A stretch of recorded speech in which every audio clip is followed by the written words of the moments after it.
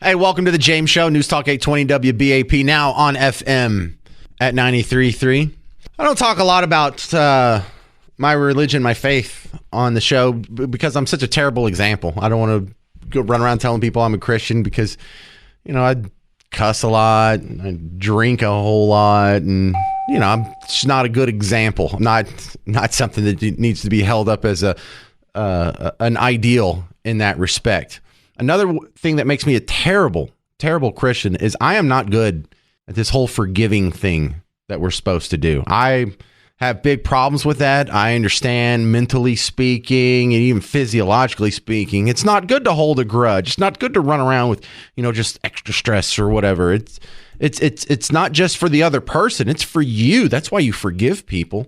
But I'm just terrible at it. Just letting you know before I get into this, this new P. Diddy situation that happened. Now, you know he's been getting in trouble because he got his house raided by the feds, and there's a whole lot of evidence that keeps piling up that he is not the guy that you would like to host your dinner party. That's me putting it nicely. But stuff went off the rails this weekend. Right after I finished the James Show with you on Friday, I go and check up. Hey, what's going on? You know, it's like Friday night. Let's catch up with the world.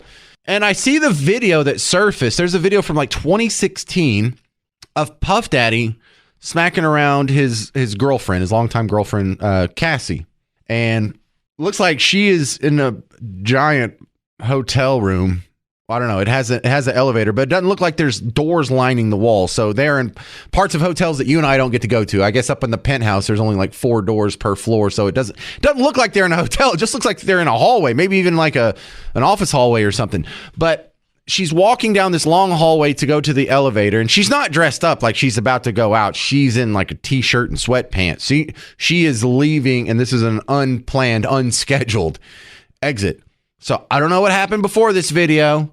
But while she's waiting for the elevator, you see Puff Daddy come down the hallway, have some words with her, and then just grown man punch her in the side of the head.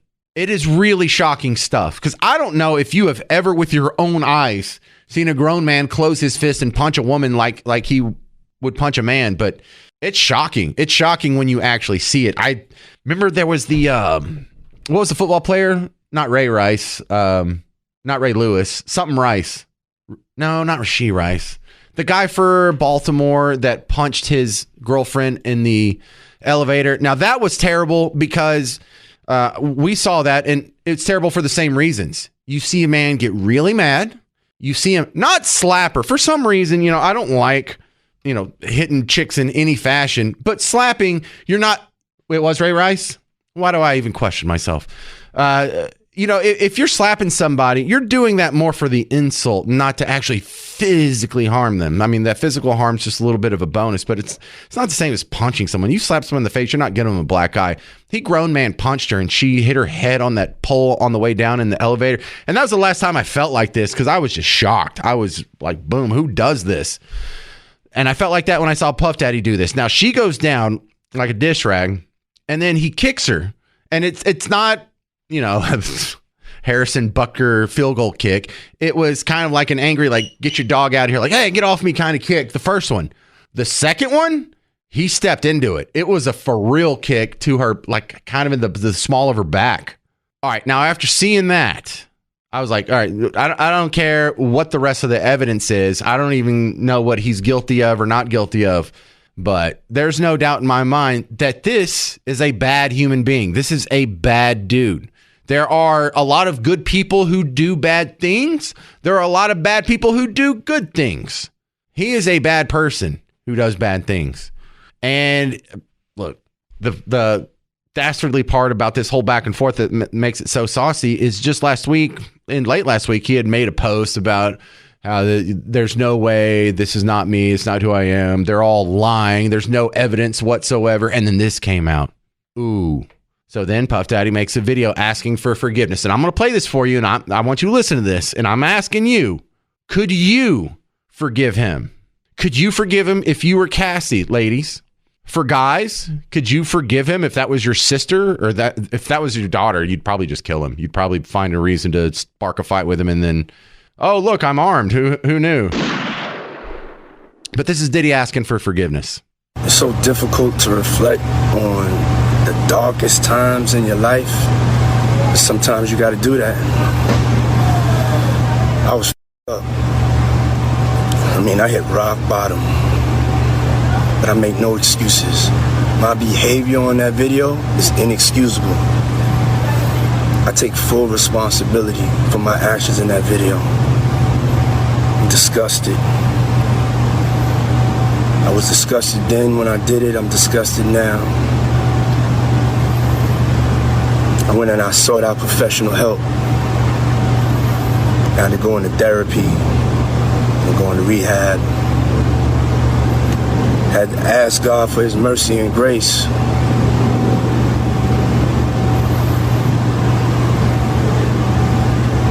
I'm so sorry. But I'm committed to be a better man each and every day. I'm not asking for forgiveness. I'm truly sorry. Not buying it. What do you think? 800-288-WBAP. 800-288-9227. After seeing a video like that, could you forgive anybody? And if you can, explain to me how, because I need to know. I know I'm supposed to. I know it's the right thing to do. I know it's the human thing to do. I know it's the Christian thing to do. I can't do it. 800-288-9227. This is The James Show, News Talk 820 WBAP, now on FM at 93.3. Hey there, welcome to The James Show, News Talk 820 WBAP, now on FM at 93.3. So, two viral videos are in discussion here. One of them surfaced from 2016, shows Puff Daddy beating, just abusing wildly, with a punch and two kicks, Cassie, his baby mama. Were they married? Wife? Something like that? I think they were just boyfriend and girlfriend for like 9 years.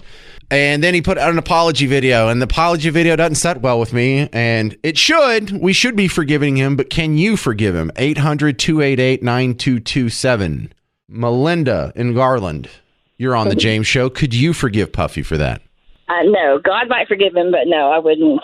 For one thing, he's not even sorry. He didn't admit it until after the fact, so it's not like it's actually real.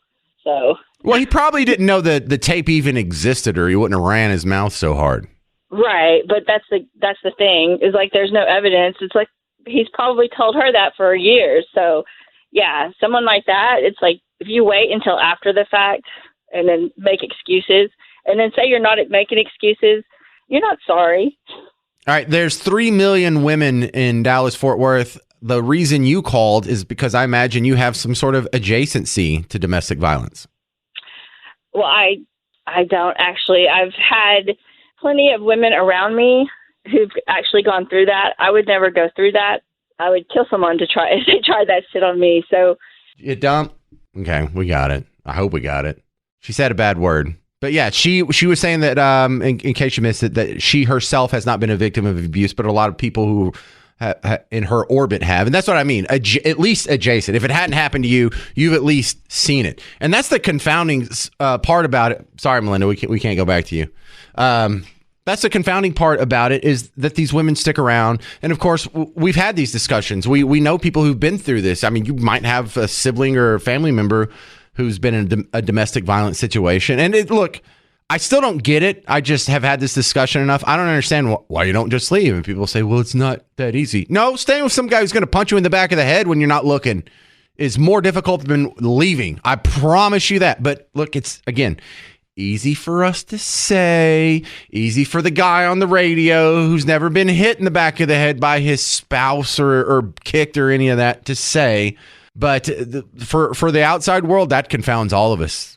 It really does. And so either they've been groomed into accepting that. The more likelihood is that they at least witnessed domestic violence that was similar to that growing up. And so not only is it not shocking to them, it's sort of the norm. It's the equilibrium that they seek out. I have a long time ago, before I ever met Miss Parker, when I was in the dating scene, I remember meeting a girl and dating her for a while who used to get upset that I didn't get upset. And it turns out that she got smacked around by her dad when she was a kid. And so in adulthood, she would tell me about the horrible fights that she had gotten in with her previous boyfriends. It's like, I've never been in anything like that. No, I've never slapped any of my girlfriends. In fact, it's rare that I even raise my voice to a girlfriend. And I always thought, hey, if you're crazy, that's a good excuse to break up. I'll go find someone. This will be great. I really enjoyed the single part, the single phase of life, maybe a little more than I should have. But that's a lot of that's a common reaction for those of us who haven't had that happen to us, who weren't raised around that. And it's hard for me to digest that some people seek that out. Some people, and I was trying to understand, like, why would you get mad that I don't get mad at you? Like, why would you get mad that if you want to go out with your girlfriends, I don't question you? Or if you want to go out with a guy friend, hey, I'm meeting so-and-so for lunch. All right, well, tell Jason I said hi. Well, you just let me go on dates with other guys? It's not a date. You're meeting Jason for lunch. We've known him since college. He's not going to do anything. What do you think? Are you a cheater? Am I supposed to think you're a cheater? Am I supposed to be suspicious of everything you do? Because I'm not. You're an adult. I'm an adult. You go do what you want to do. I'll go do what I want to do. I trust you.